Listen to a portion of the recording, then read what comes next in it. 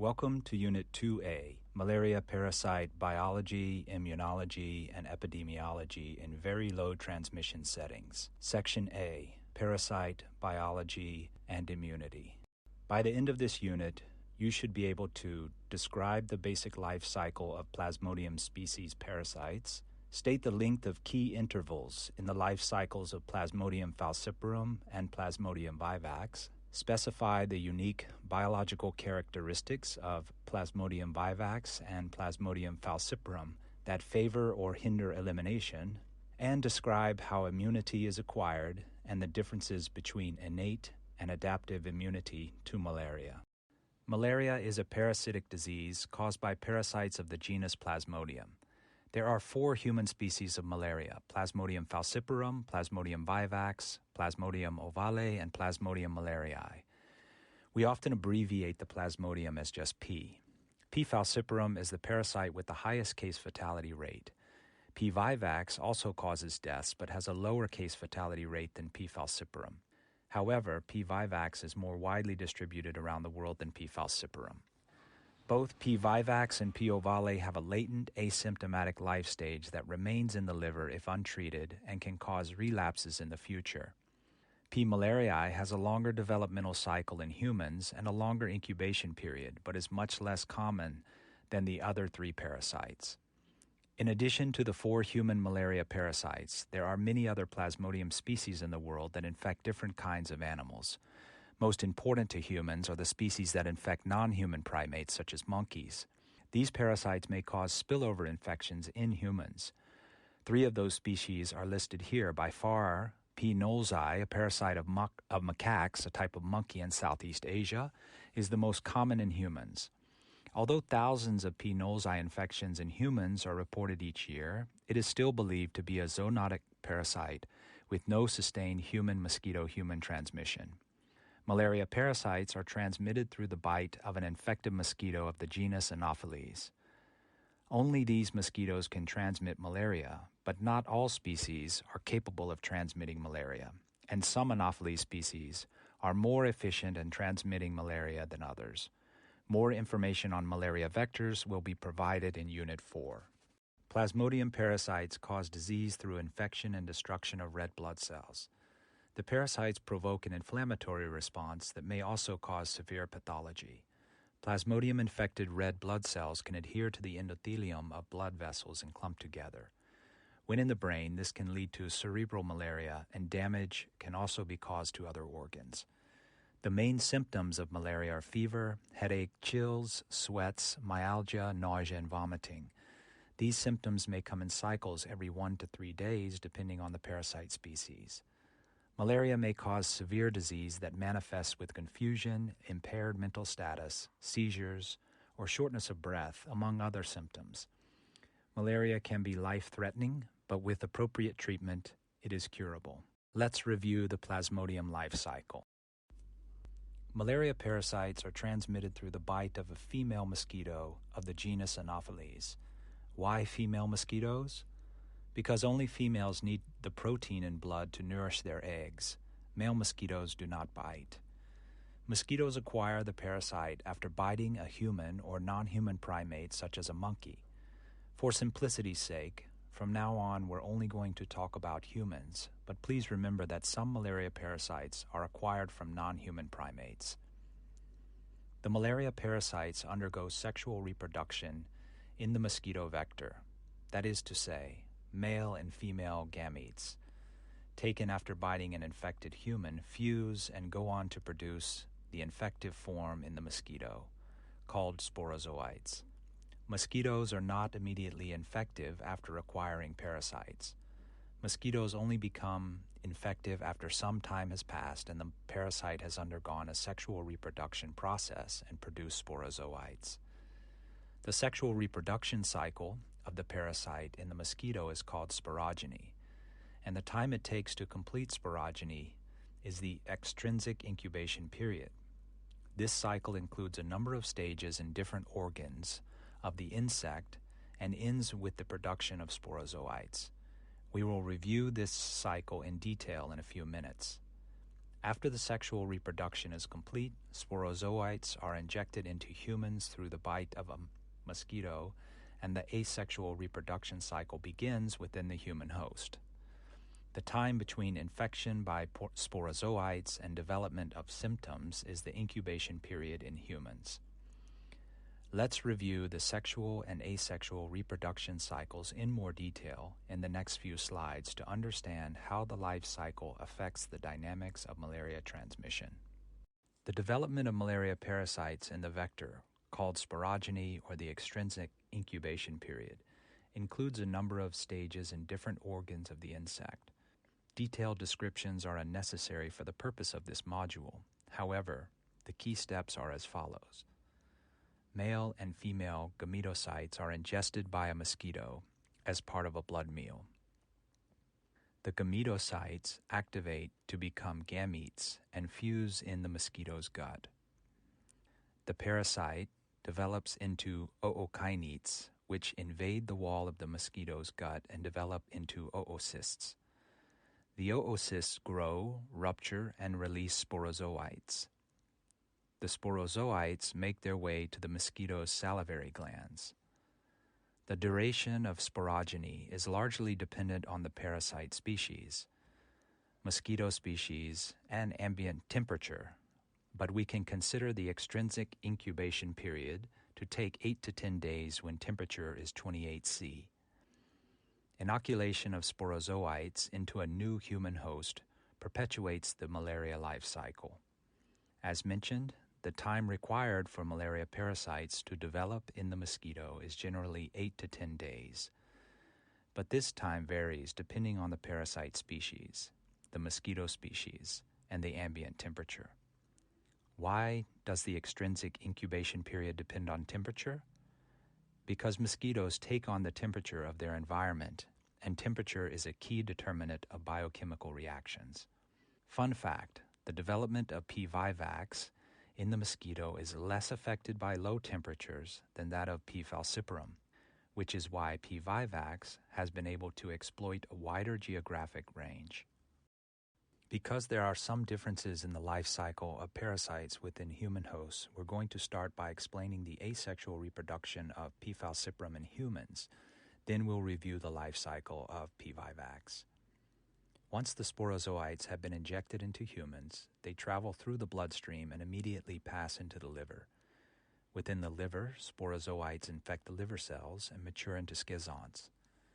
This stage of the cycle is referred to as pre-erythrocytic because it occurs before the red blood cells, the erythrocytes, are invaded. The schizonts rupture and release merozoites. These merozoites pass into the bloodstream and infect red blood cells. Within the red blood cells, the immature parasite develops into trophozoites that form rings. When the blood sample is stained, the parasite looks like a blue ring with 1 or sometimes 2 red rubies. The ring stage trophozoites mature into schizonts. The schizonts burst and again release merozoites into the bloodstream. The rupture of the schizonts and release of merozoites causes the clinical symptoms of the disease, such as fever. Clinical symptoms appear because when the parasite ruptures, it releases toxic factors into the bloodstream, causing an immune reaction that produces fever, rigors, and other pathophysiology associated with malaria. The merozoites continue the cycle by infecting new red blood cells. This part of the asexual reproduction cycle is called the erythrocytic cycle because it takes place in the red blood cells. Some parasites will differentiate into gametocytes, the sexual stage, and go on to infect mosquitoes, as we saw in the last slide. This differentiation can occur as early as the first sexual replication cycle, but immature gametocytes are immediately removed from circulation, probably to stop the immune system from clearing them through the spleen. The immature gametocytes sequester in the bone marrow until they have matured, when they are released again into circulation, ready to be ingested by a mosquito. The incubation period for P. falciparum, that is, the time from infection to appearance of symptoms, is 9 to 14 days. For P. falciparum, as mentioned earlier, the gametocytes do not immediately appear in the peripheral bloodstream.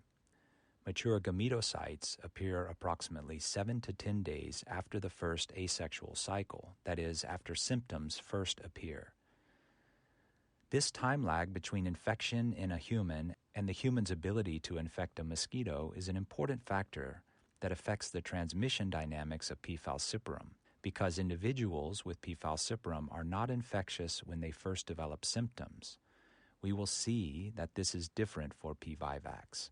The life cycle of P. malariae is similar to that of P. falciparum, although the length of several periods is different. For example, the incubation period for P. malariae is longer than that it is for P. falciparum, more like 18 to 40 days. For now, however, P. malariae is not an important cause of malaria. The most important thing to remember are that P. malariae has a longer incubation period and it does not have a chronic liver stage. There are some key differences in the asexual reproduction of P. vivax compared to what we have just seen with P. falciparum. The sporozoites are injected by the mosquito and rush to invade the liver. Sporozoites develop into schizonts. Up to this point, everything is the same as for P. falciparum. However, with P. vivax, some of the sporozoites do not develop into schizonts. The parasite develops into hypnozoites within the liver cells and can remain dormant in the liver for weeks or even years. When reactivated, the hypnozoites develop into schizonts and release merozoites into the bloodstream, causing relapses. These relapses can occur long after the initial infection has been cured. Hypnozoites can only be killed by certain medications called 8-aminoquinolines. We will talk about the drugs available to kill hypnozoites during the Case Management Unit, Unit 3. After merozoites are released, whether during the first infection or a relapse, they invade the red blood cells, develop into trophozoites, and then into schizonts that burst, releasing more merozoites. This causes symptomatic illness, and another erythrocytic cycle begins. Another difference between P. vivax and P. falciparum is that the gametocytes of P. vivax develop earlier in the asexual cycle and do not sequester as they do in P. falciparum. P. vivax gametocytes can appear in the bloodstream around the same time as symptoms first appear and reach maturity earlier in the infection cycle. The incubation period for the first acute episode of P. vivax is 12 to 17 days. That's when the schizonts burst, causing clinical manifestations of the infection. The incubation period for P. vivax is longer than for P. falciparum. Because P. vivax infections are infectious to mosquitoes, soon after symptoms appear, it is even more important that P. vivax cases are found and treated quickly to prevent onward transmission. The life cycle of P. ovale is similar to that of P. vivax and also includes a dormant liver stage. We'll talk more about relapses in just a few minutes. The time intervals in malaria are critical to understanding disease transmission and how to identify the likely location of infection in a case investigation. Let's review some of the critical time periods for P. falciparum. First, in the mosquito vector, sporogeny takes about 9 to 10 days for the parasite to develop, after which the mosquito is infective. We have indicated the time periods with these bars. The length of sporogeny is shown with a hatched red line, and the portion of the mosquito's life when it is infective is shown in solid red. The length of sporogeny depends on many factors, including, most importantly, the ambient temperature and parasite species, and also mosquito species. Generally, we think it takes about 9 to 10 days for the parasite to develop into the sporozoite infective stage at 28 degrees Celsius, after which point the mosquito remains infective until it dies. Once an infected mosquito has bitten and inoculated a susceptible person, the preparant period for P. falciparum, that is the time until parasites are visible in the bloodstream, is about 9 to 10 days. The asexual cycle will continue, and parasites will remain visible in the bloodstream until effective treatment. If left untreated, eventually the immune system will either eliminate the parasite or the infection will kill the person. The incubation period is the time from infection to the appearance of symptoms, In P. falciparum, it is 9 to 14 days for people without immunity. For those who have been exposed to malaria before and may have partial immunity, symptoms may be delayed, or the patient may experience minimal to no symptoms. For P. falciparum, the parasites that differentiate to become gametocytes will hide away primarily in the bone marrow and only emerge when they are mature. Gametocytes appear about 7 to 10 days after the first asexual cycle. As mentioned previously, this means that acute infections with P. falciparum are not immediately infectious to mosquitoes, unlike P. vivax. Now let's review some of the critical time periods for P. vivax. To be clear, we're showing the time intervals for a P. vivax infection that starts with a mosquito infection rather than a relapse from a hypnozoite. P. vivax develops more quickly in the mosquito than P. falciparum. At the same temperature, sporogeny is completed in a shorter time period, around 8 to 10 days. By contrast, the pre-patent period for P. vivax is longer than for P. falciparum, 11 to 13 days before parasites are visible in the bloodstream. The incubation period is also longer, from 12 to 17 days for people with no immunity. As with P. falciparum, those who have been exposed to malaria before and have partial immunity may have delayed, minimal, or no symptoms. For P. vivax, the parasites that are to become gametocytes begin differentiating earlier than for P. falciparum and do not sequester, so they are present in the bloodstream around the time that an infected person first shows symptoms. The early gametocytes are not necessarily mature or yet able to infect mosquitoes, but an infection with P. vivax will produce mature gametocytes earlier than with P. falciparum. As mentioned previously, this implies that P. vivax cases must be identified and treated much more quickly than P. falciparum to prevent onward transmission. Let's put these two parasites together to compare the time intervals. What do you notice here? First, a P. falciparum infection will become symptomatic and show parasites in a blood film long before gametocytes are able to infect mosquitoes. In comparison, after infection, P. vivax infections are identifiable a few days later than P. falciparum, but gametocytes are immediately present and able to infect mosquitoes. The existence of the hypnozoite stage in P. vivax's life cycle can cause relapses long after the first acute infection if the hypnozoites are not properly treated with an 8-aminoquinoline like primaquine. However, it is also possible that a P. vivax sporozoite inoculation could lead to latent hypnozoites in the liver without an immediate primary attack. Relapses and primary attacks after a long latent period can occur with P. vivax and P. ovale when the hypnozoites in the liver are activated. Once the hypnozoite has been activated, it releases merozoites into the bloodstream, and from that point on, the life cycle is the same as for a primary infection. We don't know what causes hypnozoites to be activated, but there are some theories. One is that P. vivax parasites hibernate during times when the weather is not amenable to mosquito transmission, for example, winter in temperate zones, and emerge when the weather becomes warmer. Another theory suggests that hypnozoites are activated by a febrile illness, which could explain why there are many P. vivax relapses after P. falciparum infections.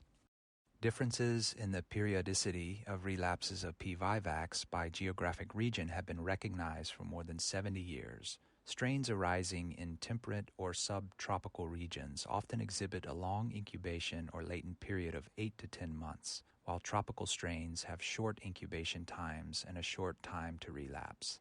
This graph shows the results of a systematic review of geographical patterns of time to relapse.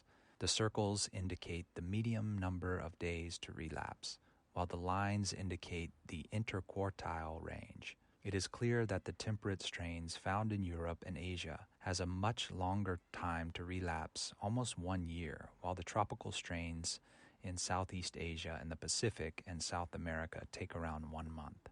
It should be noted that individuals with P. vivax infection may experience multiple relapses if they do not receive appropriate treatment.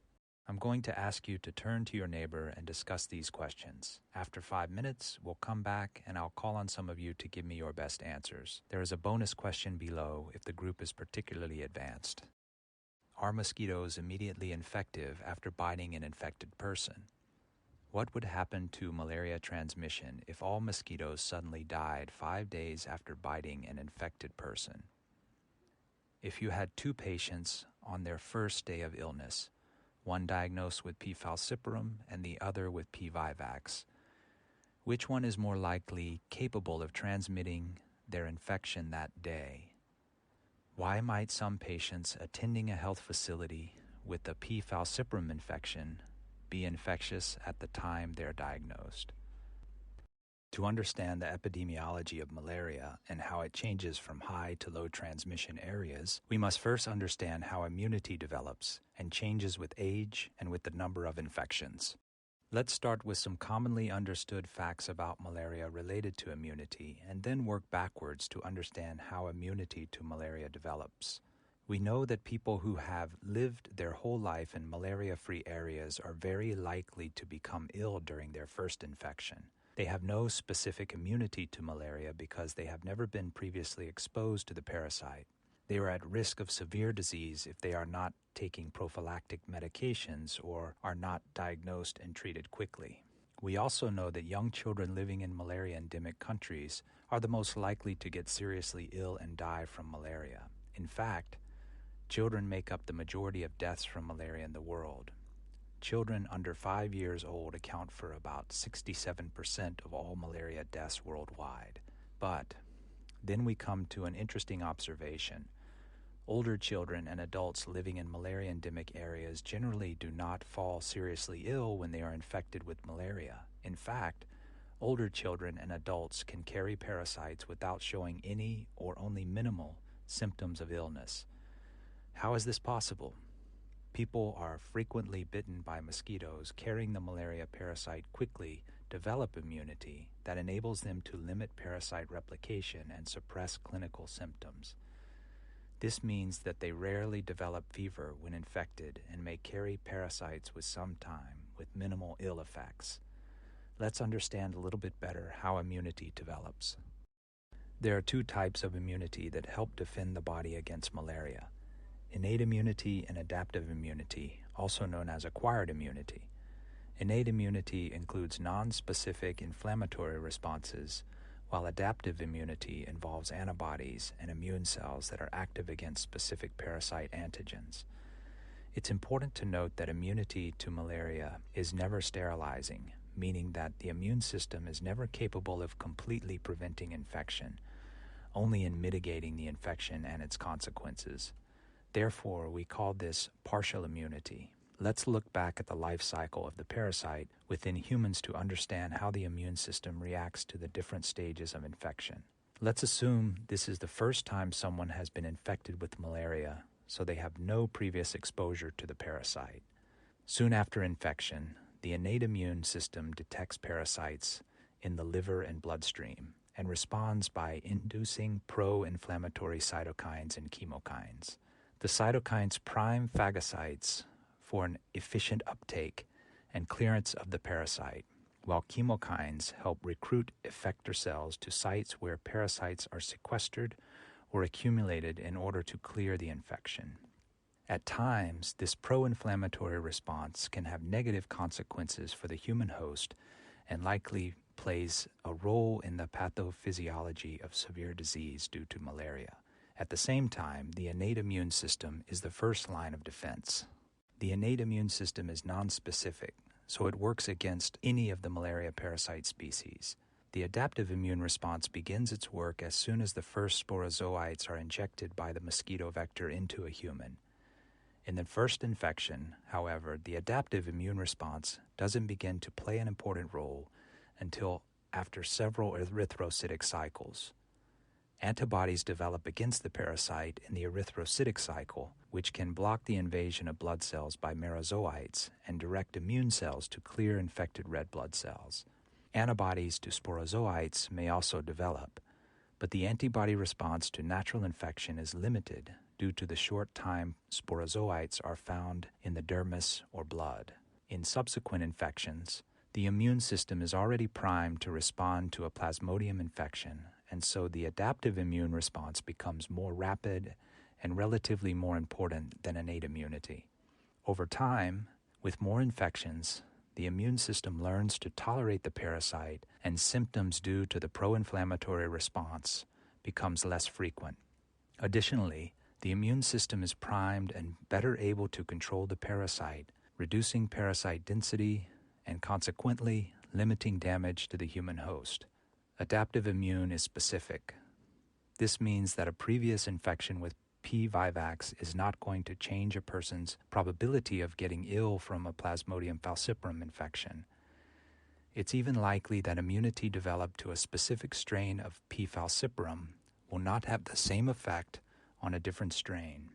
We have presented a very simplified version of the immune response to malaria.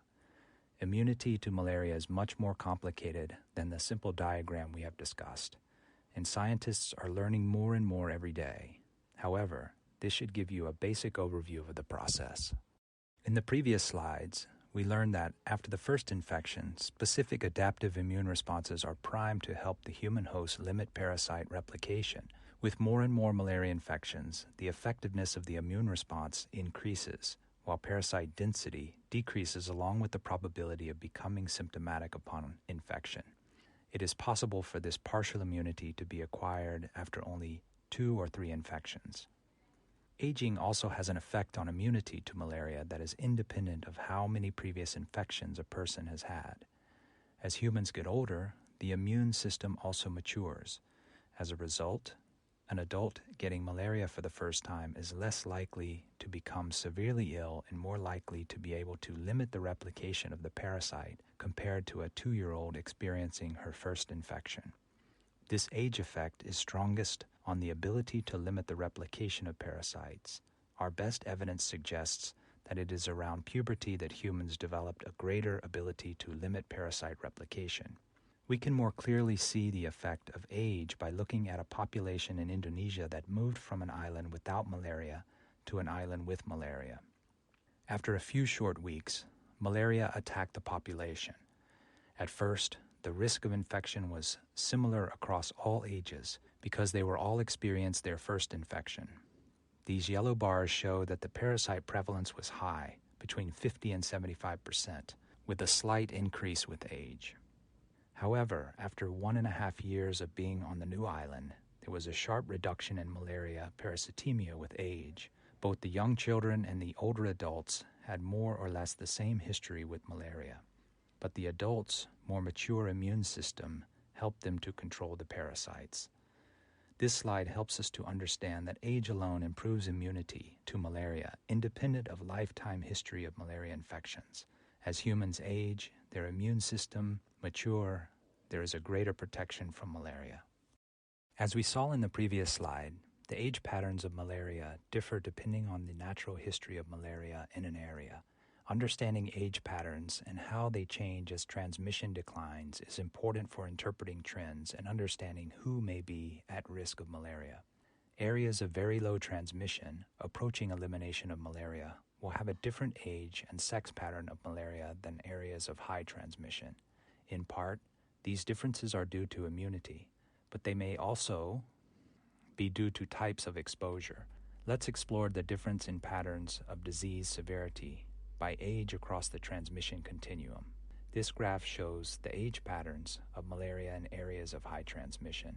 In these areas, severe disease is concentrated in very young children, usually those aged 6 months to 5 years, because their first infection usually occurs at a very young age when their immune systems is both naive and immature. The children who survive their first infections develop immunity and are likely to experience only mild illness for many years afterwards if reinfected. When we use the term mild, we do not imply that the infection has no consequences. In fact, even mild malaria illnesses can cause anemia and have other chronic effects on learning and nutrition. However, the infection is not likely to cause death. After many years of frequent malaria infections, and as people get older, they are more likely to experience afebrile infections. Their parasite density is likely to be lower, and they may carry these infections for a long period of time.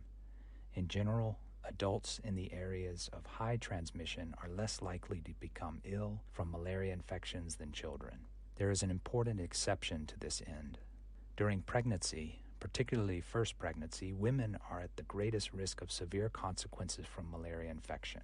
Women who are infected with malaria during pregnancy are more susceptible to severe anemia and death. For the unborn child, maternal malaria increases the risk of spontaneous abortion, stillbirth, premature delivery, and low birth weight. Therefore, in high transmission areas, the focus of malaria control is on young children and pregnant women in order to prevent severe disease, death, and adverse pregnancy outcomes. In areas where there have been low transmission for some time, the age pattern of malaria is very different. The first thing you will notice is that overall, there is much less disease and infection due to malaria. Because transmission is lower, the age at which people first get infected with malaria is much older than in high transmission settings. As a result, the age curve has shifted to the right. People in low transmission areas might not get their first infection until they are adolescents or adults. You will remember that older people have more mature immune systems. As a result, there is less severe disease and less illness than in the high transmission settings overall, and the effect of age is not as striking. The curves are flatter, meaning that the risk of malaria is more similar across age groups. Some people may still have afebrile infections, but the proportion will be much lower than in high transmission settings. In these low transmission settings, the greatest risk of malaria is in school-aged children. In very low transmission settings, there are very few cases of infection, and most of the population has spent many years without having a malaria infection. Consequently, they have never acquired immunity, or any past immunity has waned over time. In very low transmission, it is generally the adult population that is most at risk because malaria is largely an infection of people who live, work, or spend their leisure time outdoors. There is little to no afebrile infections because few people have immunity to malaria. In very low transmission settings, when someone gets infected, they are likely to become symptomatic and seek treatment. We've just heard a lot of information on age, malaria transmission level, immunity, and disease. Let's take a moment to see if we can apply this information. Consider the two adults here. One has never had malaria, and the other has had it many times. Both get bitten by the same infective mosquito. Let's answer the two questions one at a time. Who is more likely to have a higher parasite density? Who is more likely to have fever due to the infection? Here is a different scenario. Neither of these two people, a young child and an adult woman, has ever had malaria. They are both bitten by the same infective mosquito. Who is more likely to get severely ill? Who is more likely to have a higher parasite density? We know that people who are exposed to malaria develop immunity over time, but what happens to a population as transmission declines? How long does it take for a population to lose their malaria immunity? The truth is, we don't know as much as we would like to about the loss of immunity. There have been some natural experiments that enable us to estimate that people's tolerance of parasites decline about 5 years after the last infection, meaning that they are more likely to become febrile upon infection if their last infection was more than 5 years before. Other evidence suggests that immunity that limits parasite replication lasts longer, around 20 years or so, and is age-related, as we discussed earlier. If we look at this graph and consider an area where transmission has declined over 30 years from high to low and very low, what we can understand about the population's level of immunity. By this time, almost everyone will have lost their tolerance of parasites, becoming more likely to be febrile if infected. Young children will be completely susceptible to malaria, but other children and adults may retain some immunity that would enable them to limit parasite replication, reducing their risk of becoming seriously ill and also reducing their parasite densities when infected. But within 5 to 10 years after elimination, we could expect this population to be almost completely susceptible to malaria. That means they are more likely to have fever when they are infected. National programs might wonder if they should be concerned about afebrile or low-density infections in their populations. Areas that have reduced malaria transmission over a long period of time probably don't have to worry about afebrile or low-density infections because there is little immunity to malaria in the population. However, countries that have recently and rapidly reduced transmission might have to be concerned about these infections. If there is a doubt or concern about whether there are afebrile infections that are not being detected through passive surveillance, there are some relative simple approaches for evaluating the prevalence of afebrile infections in the population.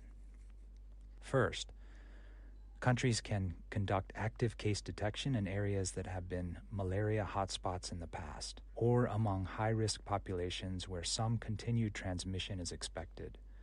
Active case detection, which we will learn more about in the surveillance module, Unit 5, means that health workers proactively test people for malaria, usually by testing in the community. They may or may not screen for symptoms before testing. Second, countries that are conducting reactive case detection can analyze the results of those activities to determine how many infections were found that were afebrile. Reactive case detection is testing that is done among people living near to where a case was infected, or among people with the same travel history as a case. As cases tend to cluster together, reactive case detection could identify whether there are afebrile or low-density infections in the community. Finally, in many places, pregnant women attending antenatal care clinics might be able to serve as proxies for the community. Testing them and determining their clinical history could also serve as a measure of the number of afebrile infections occurring in the population. If there are an important number of afebrile or low-density infections in the community, then strategies such as active case detection or mass drug administration might be needed to further reduce transmission. Here are a couple of examples of countries nearing elimination. Sri Lanka reported its last indigenous malaria case in October 2012. In 2007, 5 years earlier, cross-sectional surveys were carried out in 2 formerly high transmission districts in Sri Lanka. More than 3,000 samples were tested using a sensitive PCR test.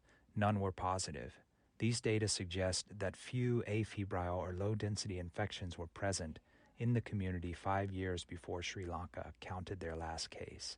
A second group conducted another series of cross-sectional surveys in Sri Lanka in 2007, also 5 years before the last indigenous case, in areas that had previously been considered high transmission. They again tested more than 3,000 people using a sensitive, nested PCR test, but found no infections.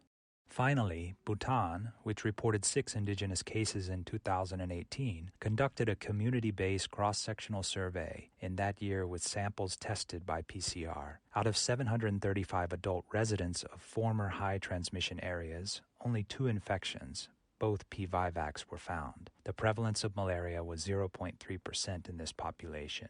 The examples from Sri Lanka and Bhutan tell us something about countries approaching elimination. By the time these countries interrupted local transmission, most of the population had not been exposed to malaria for a long time. Any afebrile infections that had existed previously had run their course. The loss of population immunity over time meant that anyone with a new infection as the country approached malaria elimination became symptomatic, sought care, and was treated effectively. As a result, most countries that take many years to go from 1% parasite prevalence to 0 indigenous infections are unlikely to have any afebrile low-density infections left to find by the time they are at 0. In the previous slide, we reviewed what would happen to population-level immunity if transmission declined relatively gradually over a 30-year period. But what would happen if there was a very rapid decline in transmission rather than a gentle decline over a long period of time? Graph A shows a country that has experienced a rapid decline in transmission over a short period of time. Because the decline in transmission was so rapid, in the years following, there are still people with partial immunity to malaria. For many years on, adolescents and adults may continue to carry afebrile or low-density infections. However, in Graph B, the country has been relatively malaria-free for more than 15 years. The population likely has no immunity to malaria and therefore likely to be symptomatic upon infection. Strategies to eliminate malaria in areas that experience a rapid decline in transmission may have to take into account and address the afebrile infections in the community. This could be accomplished through active case detection strategies or other strategies using anti-malarial drugs. Here is a summary of the key points from this module. Malaria parasites are transmitted through the bite of an infected Anopheles mosquito. The parasite undergoes sexual reproduction in the mosquito and asexual reproduction in humans. The incubation periods are 9 to 14 days for P. falciparum and 12 to 17 days for P. vivax. P. vivax and P. ovale have dormant liver stage hypnozoites that can cause relapses if appropriate treatment isn't provided. Partial immunity to malaria is acquired after repeated infections. In areas with high levels of transmission, most adolescents and adults are partially immune to malaria. They may not be febrile when infected. In very low transmission settings, however, most people have little to no immunity to malaria. In these settings, most people who get infected will have fever.